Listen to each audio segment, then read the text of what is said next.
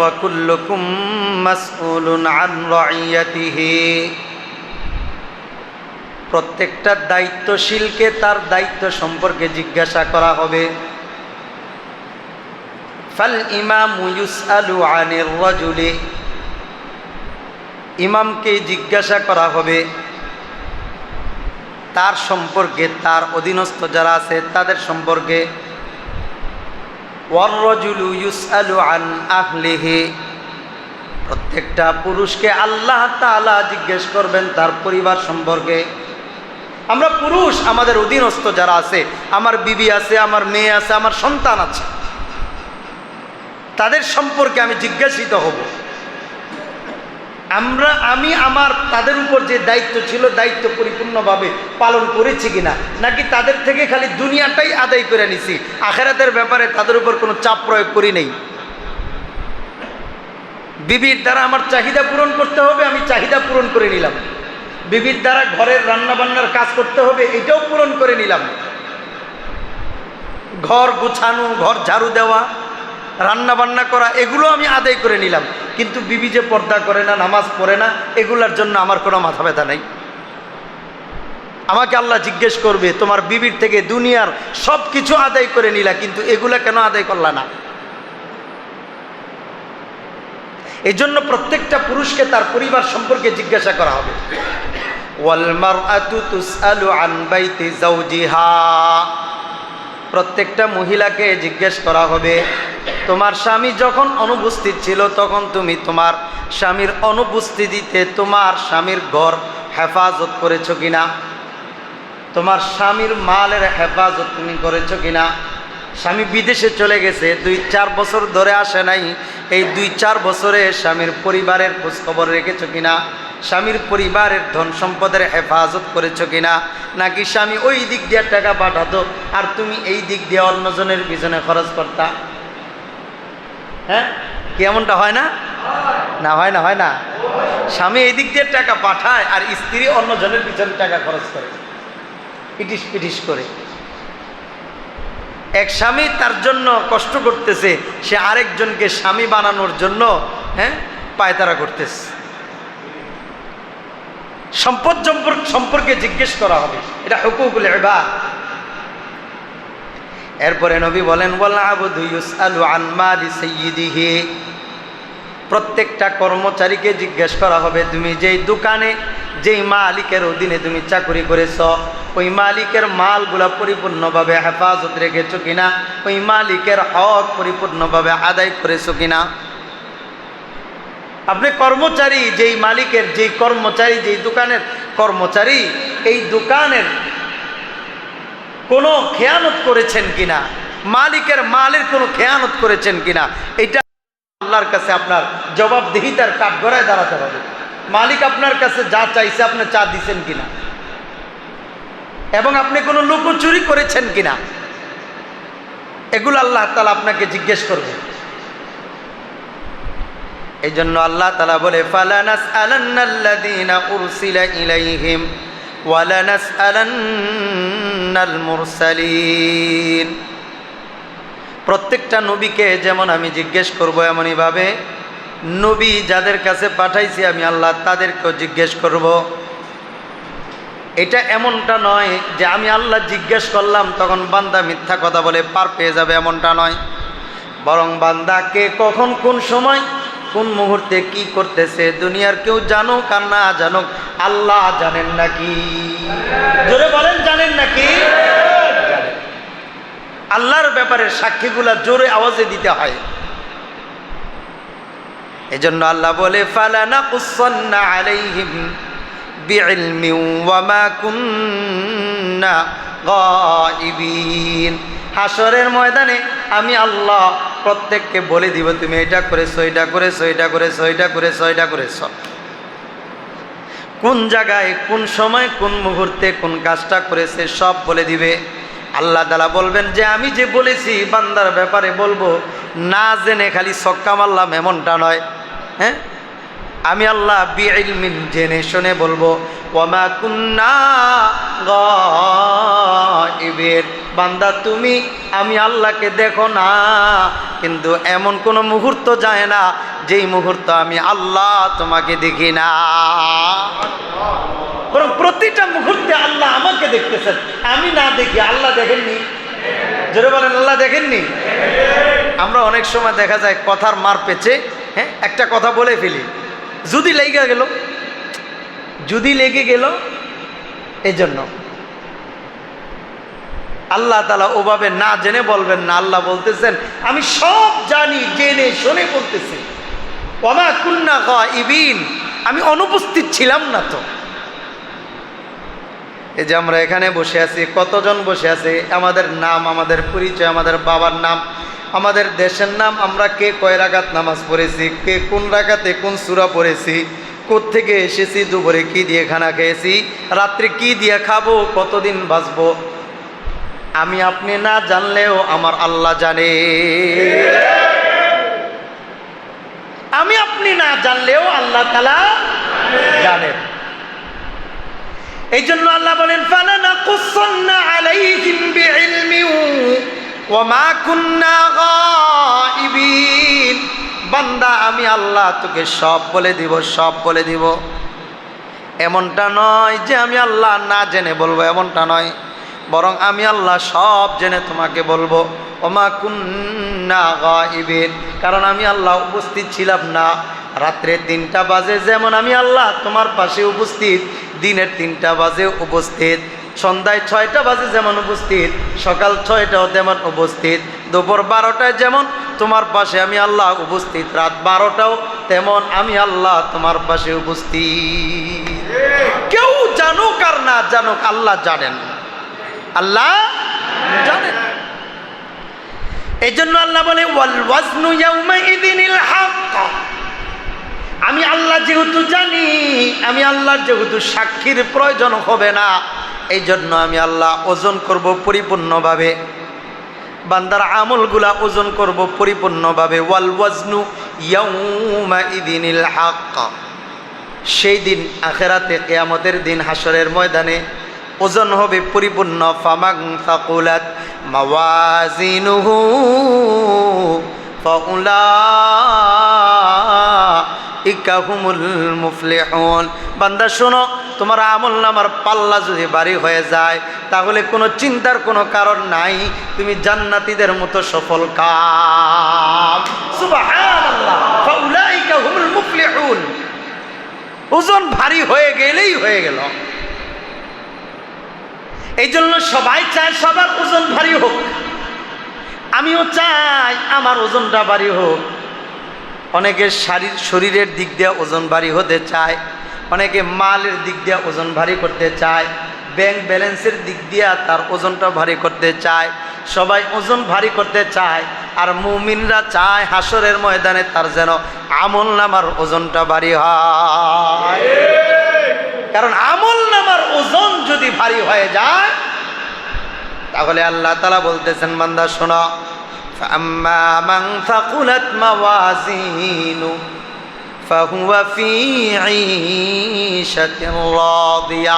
যারা আমল নামার পাল্লা ভারী হবে সে বিনা হিসাবে জান্নাতে চলে যাবে। সুবহানাল্লাহ, ফাহুয়া ফি ঈশাতির রাদিয়া। তার জীবনটা হবে আনন্দদায়ক জীবন, জান্নাতি জীবন। আর যদি কোনো কারণে আমল নামার পাল্লাটা হালকা হয়ে যায়, আম্মা মান তাকুলাত মাওয়াজিনুহু ফাহুয়া ফি ঈশাতিন রাদিয়া ওয়া আম্মা মান খাফফাত মাওয়াজিনুহু ফাউম্মুহু হাওিয়া। তার স্থান হবে জাহান্নাম। আল ইয়াযু বিল্লাহ। আল্লাহ আমাদের সবাইকে জাহান্নাম থেকে হেফাজত করেন, বলেন আমিন। এই জন্য কোরআনের মধ্যে অপর একটা আয়াতের মধ্যে আল্লাহ তাআলা বলে ওয়ানাদউল মাওয়াজিনাল কিসত লিয়াউমিল কিয়ামা। কিয়ামতের দিন আমি আল্লাহ প্রত্যেকের আমলনামা, প্রত্যেকের কাজকর্ম, প্রত্যেকের কথাবার্তা, প্রত্যেকের উঠা বসা সবগুলা আমি আল্লাহ দাড়ি পাল্লায় মাপবো। ফালা তুযলামু নাফসুন শাইআ। সেই দিন কোনো মানুষের উপর এক জাররা পরিমাণ জুলুম করা হবে না। সূর্যের আলো আসলে আলোর মধ্যে যেই বালিকণাগুলা উড়ে, এই এক একটা বালিকণা এক একটা জাররা, এমন জাররা পরিমাণও জুলুম আল্লাহ তাআলা কারোর উপর করবেন না। ওয়াইন কানা মিসকালা হাববাতিন মিন খারদালিন আতাইনা বিহা। এমন কোনো আমল যদি বান্দা করে থাকে যেটা বান্দা নিজেও দেখে নাই, বান্দা নিজেও দেখে নাই, এমন আমলগুলা ও আমি আল্লাহ বান্দার দাড়িপাল্লা ভারী করার জন্য আমি আল্লাহ নিয়ে আসবো। সুবহানাল্লাহ। বুঝেন নাই বিষয়টা? বুঝেন নাই? সব আমল তো আমরা দেখি না, কিছু আমল আমাদের অদেখা থাকে। কি? যেমন আমি একটা ভালো কাজ করার ইচ্ছা করেছি, আমি আজকে ইচ্ছা করেছি তাহাজ্জুদ নামাজ পড়ব, কিন্তু পড়ার জন্য উঠতে পারি নাই। আল্লাহ তাআলা তো তাহাজ্জুদ নামাজ পড়ার নেকি লিখে দিয়েছে। নিয়ত করেছি ভালোটা, চেষ্টাও ছিল, কোনো কারণে উঠতে পারি নাই, আমার তো আমল তো লেখা হয়ে গেছে, নেকি তো লেখা হয়ে গেছে, আমি এইটা দেখি নাই। এইটাও আল্লাহ তাআলা হাসরের ময়দানে আনবেন, এইটাও নিয়ে আসবেন। আমি যেটা দেখি না এটাও আনবেন, যেটা দেখি এইটাও আনবেন। এমনকি সরিষার দানা, সরিষার দানা চিনি তো নাকি? হ্যাঁ, সরিষার দানা পরিমাণও কোনো যদি আমল আমি আপনি করে থাকি, এইটাও আল্লাহ তাআলা হাসরের ময়দানে নিয়ে আসবেন। কেন? বান্দাকে কোনো রকম পুলসিরাতের পুল পার করে আমল নামার পাল্লাটা ভারী করে জান্নাতে দেওয়া যায় কিনা।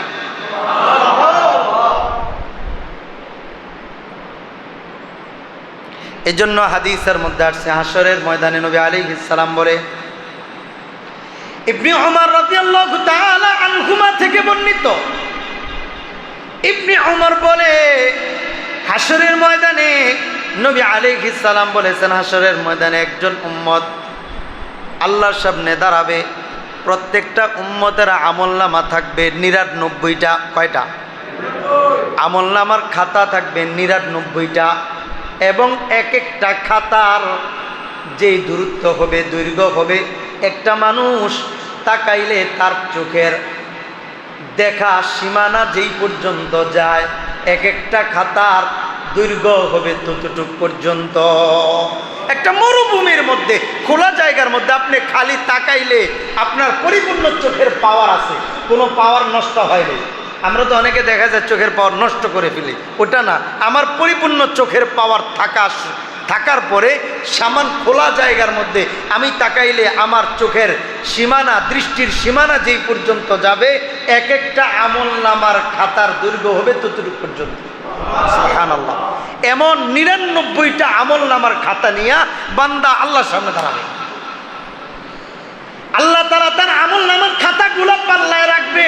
৯৯টা আমল নামার খাতা পাল্লা দেখা যাবে হালকা হয়ে গেছে, ভারী না। অন্যদিকে তার গুনাহের পাল্লাটা ভারী হয়ে গেছে, আমল নামার পাল্লাটা তার হালকা হয়ে গেছে। ওই মুহূর্তে আল্লাহ তাআলা বলবে, বান্দা তুমি চিন্তা করতেছ, আমার কাছে গোপনীয় একটা কাগজ আছে, এই কাগজটা আমি আল্লাহ রাইখা দিছি। ওই যে কোনো একদিন গভীর রাত্রিতে তুমি বান্দা, দুনিয়ার সবাই যখন ঘুমিয়েছিল, তখন তুমি বান্দা অন্তর দিয়া একবার বলেছিলা, লা ইলাহা ইল্লাল্লাহু মুহাম্মাদুর রাসূলুল্লাহ। এই খাতাটা আছে, এমন একটা খাতা আছে, টুকরা আছে, আল্লাহ তাআলা ওই টুকরাটা নিজ কুদরতি হাতে ওই জায়গায় দিয়ে দিবে। দিয়া দেওয়ার পরে দেখা যাবে এই টুকরাটার বরকতে আমল নামার পাল্লাটা ভারী হয়ে গেছে। সুবহানাল্লাহ। সামান্য একটা টুকরা। এই জন্য নূহ আলাইহিস সালাম তার সন্তানদেরকে বলে, এই শোনো, এমন একটা কালিমার কথা আমি তোমাদেরকে বলে দিয়ে যাই, যেই কালিমাটা যদি তোমরা পড়ো, তাহলে দুনিয়ার আসমান বলো, জমিন বলো, পাহাড় পর্বত বলো, নদী নালা গাছপালা যা বলো, সব কিছু একত্রিত কইরা যদি একটা পাল্লায় রাখা হয়, লা ইলাহা ইল্লাল্লাহ একটা টুকরার মধ্যে লেখা যদি ওই টুকরাটা অপর পাল্লায় রাখা হয়, তাহলে ওই কালিমা খচিত টুকরাটার পাল্লা আল্লাহর কাছে ভারী হয়ে যাবে। সুবহানাল্লাহ। এই জন্যই তো নবী আলাইহিস সালাম বলতেছেন যে এই কালিমার মাধ্যমে মানুষের কলব পরিশুদ্ধ হয়, তার কলব পরিষ্কার হয়, জান্নাতের রাস্তা খুলে যায়। মান ক্বালা লা ইলাহা ইল্লাল্লাহ দাখালাল জান্নাহ। জীবনে কোনো আমল করে নাই, এক ওয়াক্ত নামাজও পড়ে নাই, রোজাও রাখে নাই, যাকাতও দেয় নাই, কালিমা পড়ছে, সাথে সাথে মারা গেছে। হ্যাঁ, এই কালিমা তাকে জান্নাতে নিয়ে গেছে। এমন ঘটনা আছে না? গত সপ্তাহে তো বললাম তাফসিরের মধ্যে, কালিমা পড়ছে, এক ওয়াক্ত নামাজ পড়ার সময় পায় নাই, কারণ তার নামাজের ওয়াক্ত হয়নি। মুসলমান হয়েছে সকাল 7টা বাজে, তখন তো ফজরের ওয়াক্ত না। এই লোকটা মারা গেছে সকাল 10টা বাজে, তার উপর রোজাও ফরজ হয় নাই, রোজার সময়ও আসে নাই, নামাজের সময়ও আসে নাই, কিন্তু কালিমা পড়ছে, মুসলমান হয়ে গেছে। নামাজের সময়, রোজার সময় আসার আগে মালাকুল মউত চলে আসছে, লোকটা জান্নাতি হয়ে গেছে। সুবহানাল্লাহ। এটা তো সময় না আসার কারণে। বাকি অনেক সময় এমনও হবে মানুষ গুনাহগার জান্নাতে যাবে, একজন মুসলমান শুধু একটা কালিমার বরকতে, আর কিছু নাই, তার আমলনামায় কিছু নাই, এক কালিমা তাকে জান্নাতে নিয়ে যাবে। জাহান্নামের আগুনে যদি জ্বলতে হয় তাও সে একদিন হলেও জান্নাতে যাবে কালিমার বরকতে। একজন কাফের যদি তার পুরো জীবনটা ইসলামের জন্য ব্যয় করে দেয়, ইসলামের জন্য ব্যয় করে দিছে পুরো জীবনটা, কিন্তু কালিমা পড়ে নাই, বুঝেন না বিষয়টা? আমার কথাটা বুঝছেন? একজন কাফের পুরো জীবনটা ইসলামের জন্য ব্যয় করে দিছে, কি পড়ে নাই? কালিমা পড়ে নাই। তার অন্তরে নবীর ভালোবাসা আছে, আল্লাহর ভালোবাসা আছে, ইসলামের ভালোবাসা আছে, সব কিছু আছে, লোকটা কালিমা পড়ে নাই। পুরা দুনিয়ার যত আমল আছে, ওই আমলের কোনো দাম আছে? কোনো দাম আছে? দাম না। এই লোকটা নিশ্চিত জাহান্নামী। আর আরেকজন কালিমা পড়ছে, সে আল্লাহকে, আল্লাহর ইবাদত করে নাই, নবীর সুন্নত মানে নাই, বাকি সে আল্লাহকে বিশ্বাস করছে, নবীকেও বিশ্বাস করেছে, জাহান্নামে গেলেও একদিন সে জান্নাতে যাবে। সুবহানাল্লাহ। একদিন না একদিন সে জান্নাতে যাবে। আবু তালেব রাসূল সাল্লাল্লাহু আলাইহি ওয়াসাল্লামের চাচা যান, হ্যাঁ, নবীকে ভালোবাসছে, কম ভালোবাসছে? ভালোবাসার দিক দিয়ে কোনো কমতি করে নাই, নবীকে সাপোর্ট দিছে। কাফেররা আবু তালেবের ভয়ে নবীর বিরুদ্ধে কিছু বলতে পারে না। কিছু বলার আগে বলছে, দেখো তুমি তোমার ভাতিজাকে ঠিক মতো সব কিছু করো, না হলে কিন্তু সমস্যা হবে। আবু তালেব বলল, আমি বেঁচে থাকতে কিছু করতে পারবে না আমার ভাতিজা। রাসূল সাল্লাল্লাহু আলাইহি ওয়াসাল্লামের নিরাপদের একটা ঢাল হয়েছিলেন আবু তালেব। অপরদিকে খাদিজা রাদিয়াল্লাহু তাআলা আনহা, রাসূল সাল্লাল্লাহু আলাইহি ওয়াসাল্লাম অন্য দিকের একটা ডাল ছিল। ধরতে গেলে আবু তালেব নবীর ডান হাত ছিল, খাদিজা রাদিয়াল্লাহু তাআলা আনহা নবীর বাম হাত ছিল। শক্তির দিক দিয়া, সামর্থ্যের দিক দিয়া, টাকা পয়সার দিক দিয়া, ধন দৌলতের দিক দিয়া, সহযোগিতার দিক দিয়া দুজনে এককভাবে নবীর দুই পাশে ডাল স্বরূপ ছিল। কোনো কাফের মুশরিক বেঈমান নবীর কোনো ক্ষতি করতে পারে নাই। উল্টা ক্ষতি করার চিন্তা ভাবনা করলে তাদের মেমোরিতে আসতো, এত আবু তালেবের লোক, এত খাদিজার লোক। সাহস সেগুলাই তো না। এই জন্য নবী আলাইহিস সালাম 50 বছর পর্যন্ত যতটুকুনি কাফেরদের পক্ষ থেকে নির্যাতন আসলেও নবী আলাইহিস সালাম এত ভারাক্রান্ত হৃদয় নিয়ে ছিলেন না, এত পেরেশানিতে, এত টেনশনে ছিলেন না, যতটা পেরেশানিতে, টেনশনে নবী পড়েছেন। নবীর যখন 51 বছর বয়স, খাদিজা রাদিয়াল্লাহু তাআলা আনহাও চলে গেলেন, আবু তালেবও চলে গেলেন। এই জন্য ওই বছরটার নামই রাখছে দুঃখের বছর।